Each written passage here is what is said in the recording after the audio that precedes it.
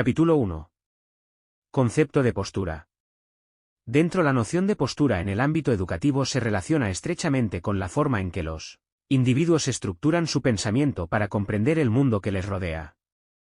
Se trata de una elección consciente y activa que implica adentrarse en un campo de conocimiento y optar por una determinada perspectiva. Esta decisión refleja una búsqueda por entender la realidad desde una cosmovisión específica, ya sea religiosa, política, científica o filosófica.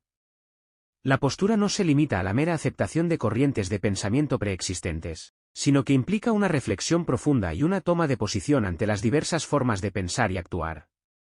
Es un proceso que requiere explorar diferentes alternativas y elegir aquella que resuene con la propia circunstancia vital. Así, la postura se erige como un elemento fundamental en la construcción del conocimiento y en la manera en que los individuos interpretan y responden a su entorno. Para que una postura sea auténtica y significativa, es necesario un constante movimiento entre diferentes corrientes de pensamiento, contrastando, comparando y confrontando ideas. Esta dinámica no implica intolerancia hacia otras perspectivas, sino un reconocimiento y respeto por la diversidad de enfoques. De hecho, la capacidad de entender y argumentar desde puntos de vista opuestos es fundamental para el desarrollo de una postura sólida y coherente. En el ámbito educativo, la noción de postura ofrece una nueva manera de comprender la teoría y la práctica pedagógica. Permite clasificar las distintas corrientes educativas en función de su enfoque en la pluralidad y la libertad de pensamiento. Además, destaca la importancia de fomentar un ambiente que propicie el desarrollo activo de posturas individuales, promoviendo así un aprendizaje más profundo y enriquecedor. Capítulo 2. El primer capítulo destaca las corrientes de pensamiento y acción en educación, identificadas por el nombre de los autores que las definieron por primera vez, como la corriente socrática, platónica, xenofóntica y protagórica. Cada una de estas corrientes está relacionada con el perfil de la persona que desean formar. La socrática busca formar sabios, la platónica gobernantes, la xenofóntica trabajadores y súbditos, y la protagórica ciudadanos. Se enfatiza que estas corrientes no son necesariamente excluyentes entre sí, sino que pueden ser complementarias. Por ejemplo, se menciona la complementariedad entre la corriente platónica de formación de gobernantes y la corriente xenofóntica de formación de trabajadores y súbditos. Aunque Platón y Xenofonte se centran respectivamente en la educación de los gobernantes y los súbditos, ambos consideran también la educación del otro grupo. Platón, por ejemplo, discute la educación del gobernado, mercenario, mientras que Xenofonte aborda la educación del gobernante, capataz con dotes de mando. Capítulo 3. Fundamentos. La escuela socrática, fundada por Sócrates, se basa en el amor a la filosofía, la verdad, la belleza y la bondad. Sócrates promueve persuadir a jóvenes y viejos para que prioricen el cuidado del alma sobre los bienes materiales, argumentando que la virtud y el bienestar surgen de la sabiduría interior. Reconoce la ignorancia propia y ajena como paso crucial hacia la búsqueda del conocimiento, afirmando que el verdadero poder radica en aspirar al saber. En resumen, la educación socrática consiste en cultivar el alma, guiándome hacia la verdad, la belleza y la bondad, mediante la aceptación de la ignorancia y la apertura hacia otras formas de pensar. Esto resalta la interconexión entre diferentes enfoques educativos y cómo cada uno aborda aspectos complementarios del proceso formativo, reconociendo la interdependencia entre gobernantes y gobernados en la sociedad. Persona que se desea formar. Sócrates busca formar personas amantes de la sabiduría y la verdad, distanciándose de valores como la riqueza, los honores y el poder. Este amor por la sabiduría se traduce en una actitud crítica y en el compromiso por la justicia, aunque alejado del poder público. Reconoce la propia ignorancia como el primer paso hacia el conocimiento, y enfatiza que la verdadera sabiduría consiste en aceptar esta ignorancia. En resumen, la corriente educativa de Sócrates aspira a crear ciudadanos libres y autónomos, críticos del conocimiento establecido y conscientes de su propia ignorancia, pero comprometidos con la búsqueda de la verdad y la justicia. Contenidos y estrategias. La corriente socrática busca formar sujetos que busquen la verdad, lo bello y lo bueno. Su método consta de dos etapas, la heléntica y la mayéutica. La heléntica es destructiva y negativa, cuestionando lo que los otros saben para demostrar su ignorancia. La heurística, en cambio, es constructiva y positiva, guiando a cada persona a descubrir la verdad por sí misma. Sócrates ejemplifica este método como un proceso de dar a luz ideas para discernir la realidad de las ilusiones. Los discípulos aprendían este método mediante la imitación de Sócrates, quien examinaba a las personas para guiarlas hacia la sabiduría y la verdad. Relación maestro-alumno. La corriente socrática entiende el magisterio como un servicio y un compromiso, guiado por el amor a la sabiduría y a la verdad. Sócrates, en su papel de maestro, se ve impulsado por un llamado divino a investigar la sabiduría en los ciudadanos y forasteros. Esta relación maestro-alumno se divide en dos momentos, durante la heléntica y la mayéutica. Durante la heléntica, el maestro desafía las creencias del alumno, generando enemistades y confrontaciones. Sócrates muestra un compromiso por la verdad, lo que a menudo lo lleva a cuestionar a los poderosos en busca de un acercamiento a la verdad, la belleza y lo bueno en la sociedad. Capítulo 4. La corriente platónica o de formación de gobernantes. Fundamentos. La educación platónica se caracteriza por la creencia en la posesión de una verdad absoluta, inaccesible para la mayoría, lo que la hace una corriente elitista dirigida a futuros gobernantes.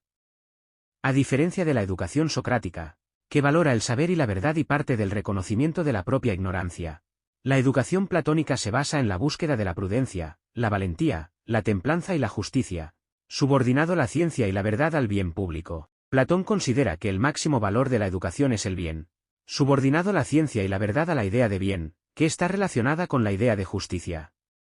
Los guardianes perfectos, quienes poseen el conocimiento adecuado para la vigilancia del Estado, son considerados como los líderes sabios y prudentes que guiarán a la sociedad.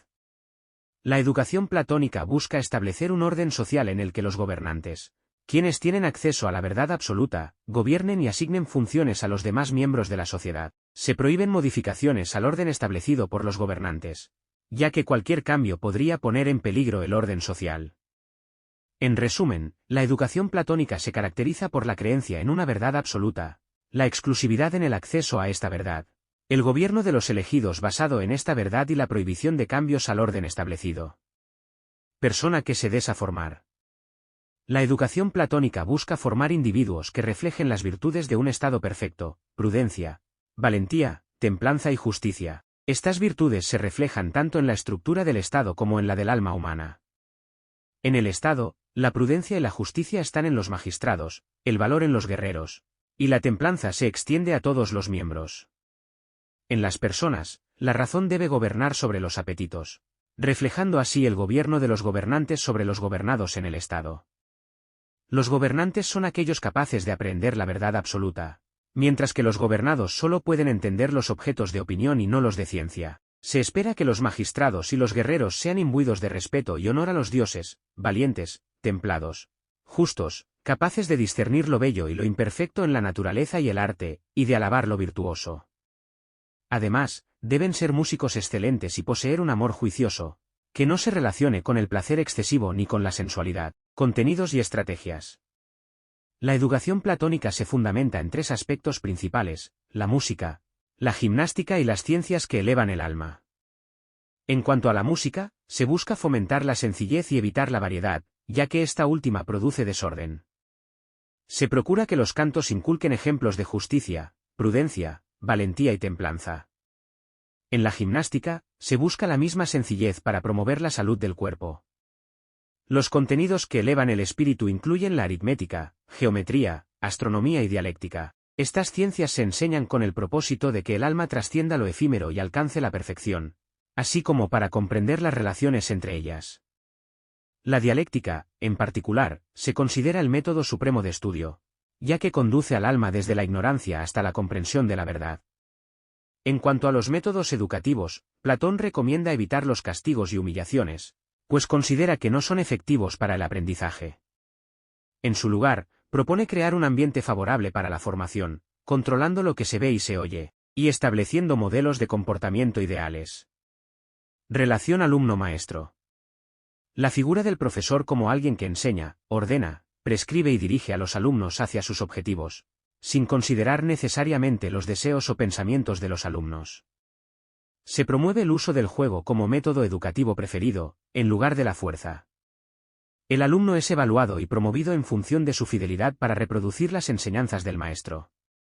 Se enfatiza en guiar a los niños a través del juego para descubrir sus habilidades naturales, y aquellos que sobresalgan en estas actividades serán reconocidos y admitidos en un grupo selecto.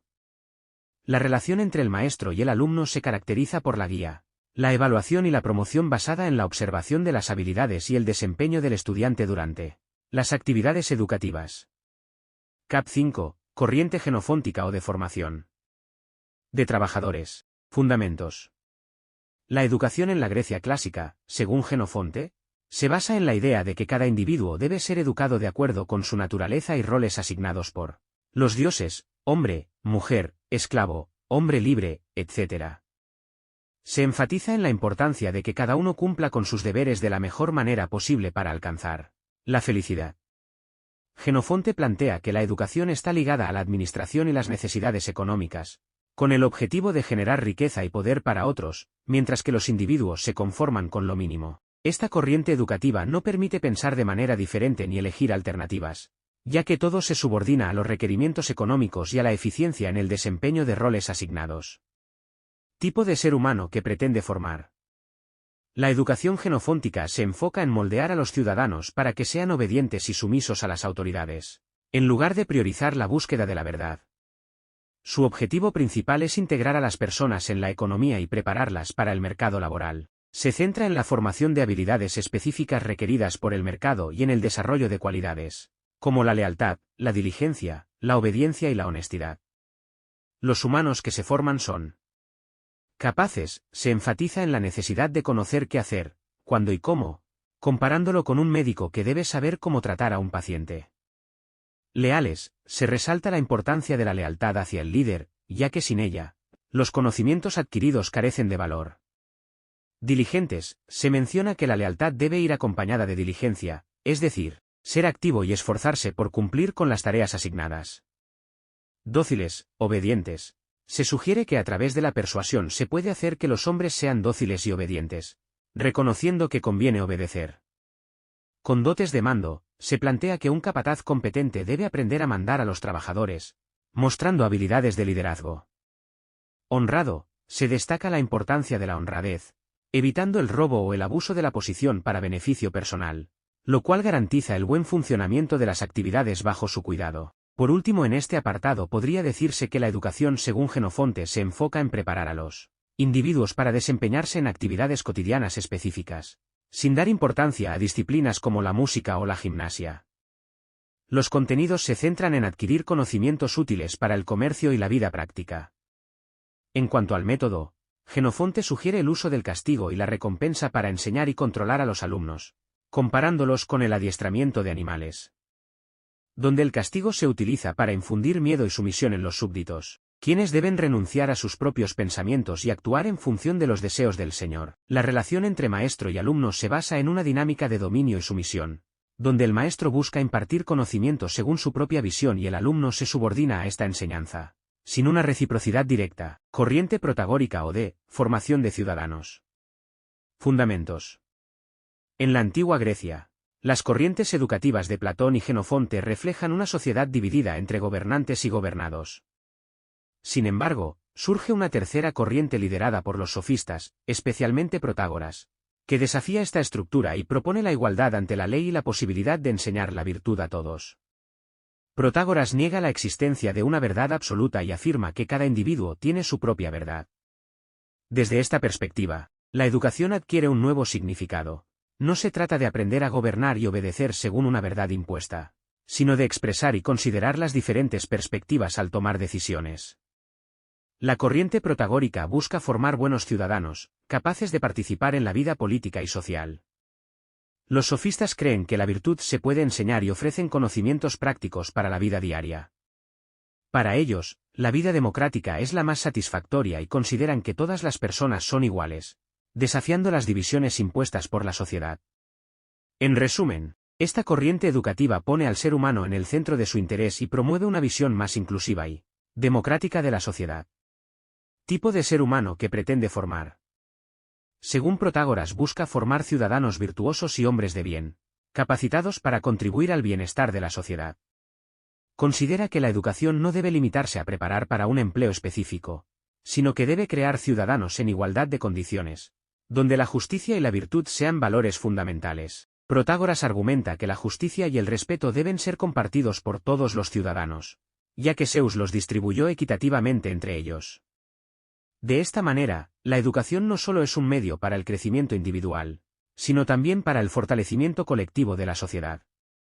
Donde los sofistas introdujeron una nueva perspectiva en la educación, enfocándose en influir en el desarrollo de las personas a través de la instrucción directa. Para ello, emplearon una técnica que incluía la gramática, la retórica y la dialéctica. La gramática se centraba en el dominio del lenguaje tanto literario como cotidiano. La retórica se enfoca en el arte de persuadir a través del discurso, mientras que la dialéctica consistía en confrontar argumentos opuestos para llegar a conclusiones. Este último aspecto, especialmente en la escuela de Protágoras, se destacaba por su habilidad para debatir sobre diferentes puntos de vista, fomentando así el pensamiento crítico y la tolerancia. En cuanto a la relación entre maestro y alumno, en la educación protagórica, el alumno buscaba al maestro para aprender y satisfacer su necesidad de conocimiento. Además, el alumno recompensaba al profesor por su enseñanza, lo que reflejaba un intercambio económico por los servicios educativos recibidos. La exploración de las corrientes educativas en la antigua Grecia, desde la perspectiva de las posturas pedagógicas, abre una ventana fascinante hacia el pasado y ofrece una comprensión más profunda del fenómeno educativo de esa época. Sin embargo, esta investigación nos lleva a reflexionar sobre la evolución y la persistencia de estas corrientes a lo largo del tiempo, así como su relevancia en el panorama educativo actual. El análisis de 22 autores en pedagogía, desde el siglo IV a.C. hasta el siglo XX, a través del prisma de las posturas pedagógicas, nos proporciona un marco conceptual para ubicarlos dentro de las corrientes educativas identificadas en la Grecia clásica. Este estudio no solo respalda la hipótesis de que estas corrientes han perdurado y evolucionado a lo largo de la historia, sino que también subraya la necesidad de abordar la historia de la educación desde esta perspectiva. Es fundamental documentar de manera rigurosa y exhaustiva la actualidad de estas corrientes de pensamiento educativo para responder a preguntas cruciales en el ámbito educativo contemporáneo. ¿Qué tipo de individuos buscamos formar? ¿Y qué tipo de individuos estamos educando en la actualidad? Esta reflexión nos invita a mirar hacia atrás para comprender mejor nuestro presente y orientar nuestro futuro. En la educación,